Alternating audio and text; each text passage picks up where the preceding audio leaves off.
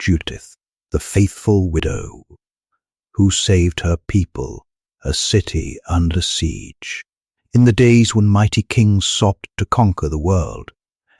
An Assyrian general named Holofernes led a great army that swept across many nations, destroying all who stood in his path. His mission was to subdue every land that refused to bow to his master, King Nebuchadnezzar. One by one, the cities fell, until his forces surrounded a small hilltop town called Bethulia, a gateway to the land of Israel. The people of Bethulia were trapped. Holofernes cut off their water supply, hoping thirst would force them to surrender. As the days passed, fear and hunger spread through the city. Children cried from thirst, and strong men grew weak. The leaders of Bethulia prayed, but as their hope waned, they decided that if God did not deliver them within 5 days, they would surrender to save their lives. It was a moment of despair. Faith was fading.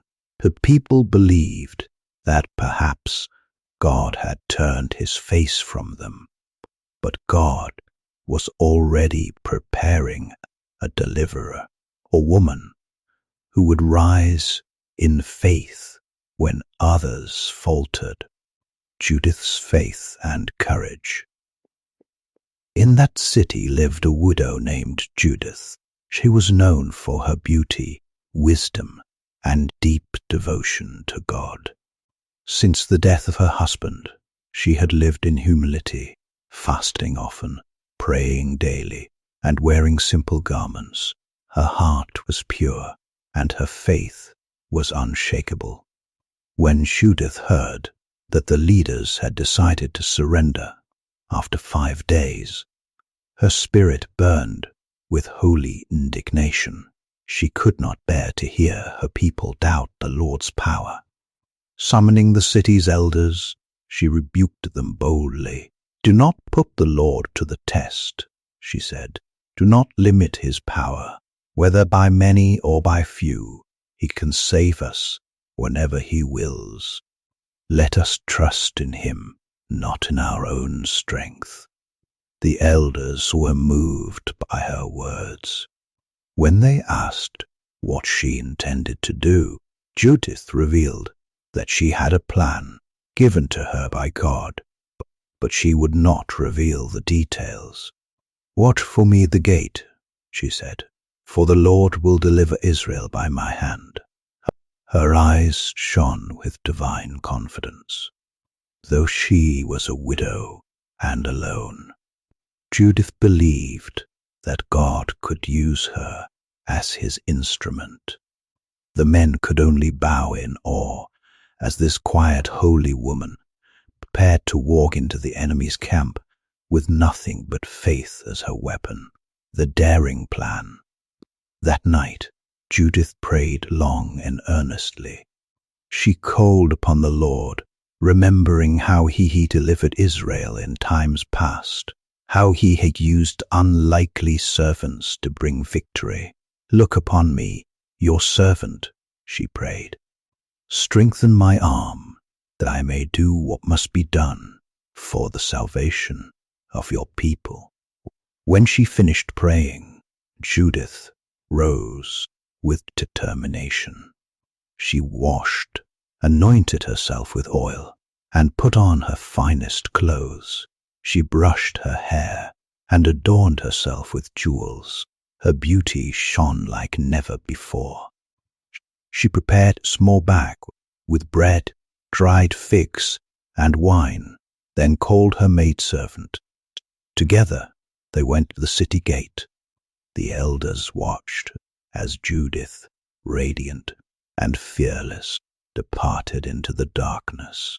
Beyond the walls lay the vast Syrian camp. As she approached, enemy guards stopped her. Calmly, Judith told them she had come to see General Holofernes, claiming she could help him capture Bethulia without losing a single soldier. Intrigued by her beauty and her confidence, the soldiers led her to the general's tent in the camp of Holofernes. When Holofernes saw Judith, he was astonished. Never had he seen such beauty and grace. Judith bowed before him with respect and spoke with wisdom. She told him that her people were about to surrender and that God himself had revealed to her that Holofernes would soon triumph. She asked permission to remain in his camp, to pray each night outside the walls, so that she could know the right moment to deliver her people into his hands. Holofernes, flattered and captivated, readily agreed.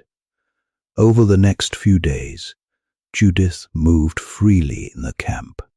She kept her faith quietly, eating only the food she had brought, and praying each night under the stars. The general grew more fascinated with her each day. He thought she would soon become his prize. But Judith's heart remained steadfast. She knew why she was there, and she waited for the moment God would reveal. On the fourth night, Holofernes held a private feast.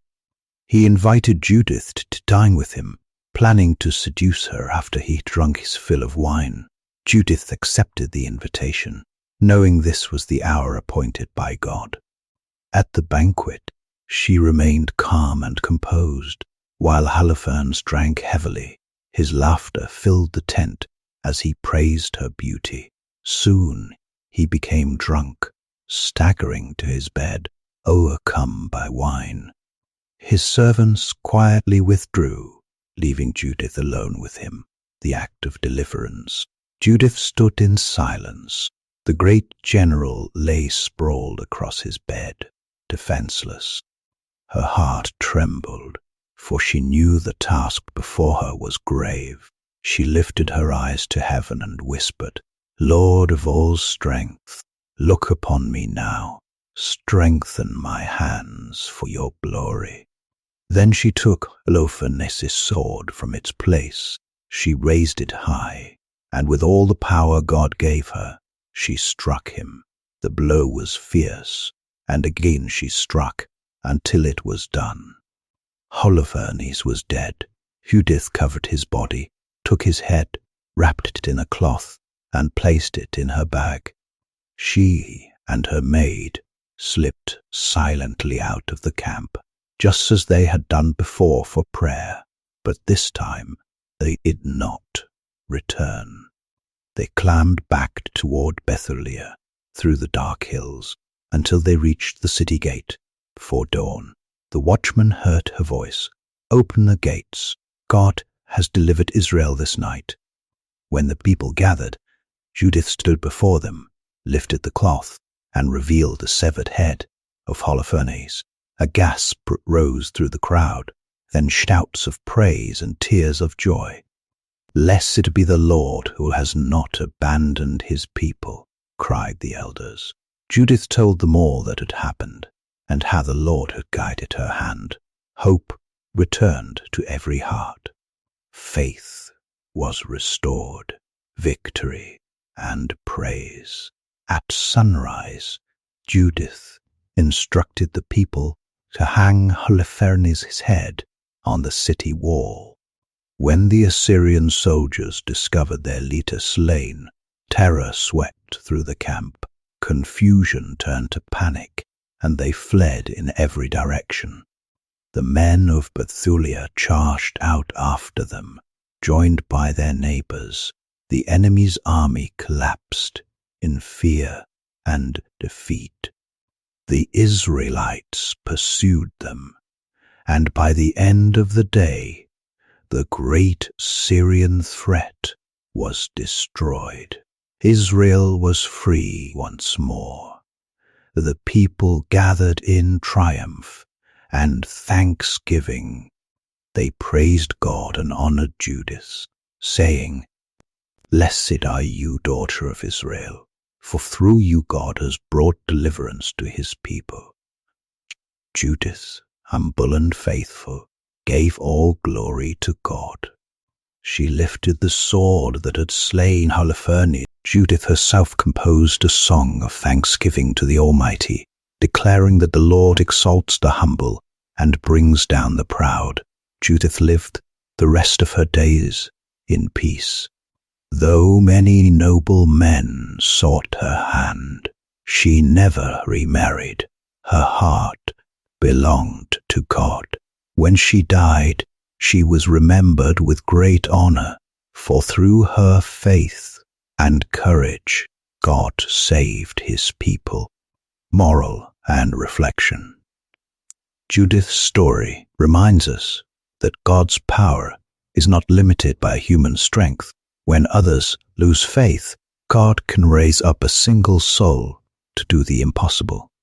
Through courage, purity, and trust in the Almighty, Judith became a vessel of divine deliverance. Her life teaches that true strength comes from faith, and that no one, man or woman, rich or poor, is too small for God to use. When the night seems darkest, he often works through the humble and the willing. Judith stood when others faltered. She believed when others doubted, and through her, God turned despair into victory.